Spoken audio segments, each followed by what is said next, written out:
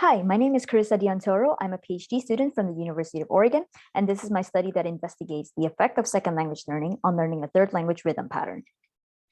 So previous studies have shown that it's easier for bilinguals to acquire additional languages compared to monolinguals, and there's evidence that exposure to any second language will help in acquiring subsequent languages. But there's also contradicting evidence that exposure to a sound that's similar to the target language can help.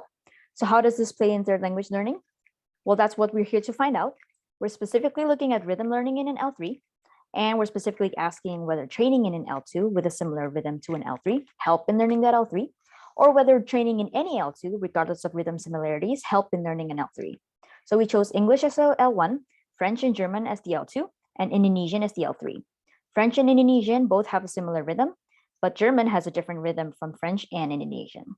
And we also chose Indonesian because it's a relatively unknown language compared to French and German. And so those learners have a low chance of being exposed to Indonesian before. So our learners or our participants are monolingual English speakers that make up our control group. And then we also recruited French learners and German learners.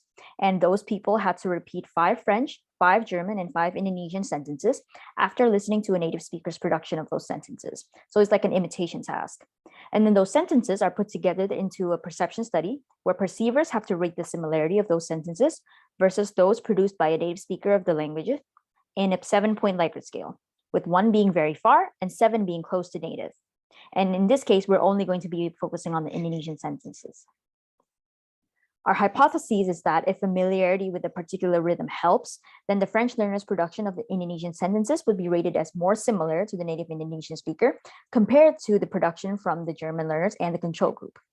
But if training in any L2 helps, then the production of the French and the German learners' production of Indonesian sentences would be perceived as more similar to the native Indonesian speaker compared to the control group. And there's also a possibility that the French learner's production of Indonesian sentences would be perceived as more similar to the native Indonesian speaker, followed by the sentences produced by the German learners, and then followed by the control group. And so here are our results. This is a box plot that shows the mean response of the perception ratings of the Indonesian sentences produced by the 3 groups. So the x-axis has the 3 different groups, and the y-axis has the mean response. And again, the higher the number means the more similar they're perceived as to the native speaker. And so we can see here that both the French and the German learners are perceived as more similar to a native Indonesian speaker compared to the control group. And this difference is statistically significant. And so we can conclude that experience with any L2, regardless of similarity to a target L3, can help in learning that L3's rhythm pattern. Thank you, and I hope you guys have a good day.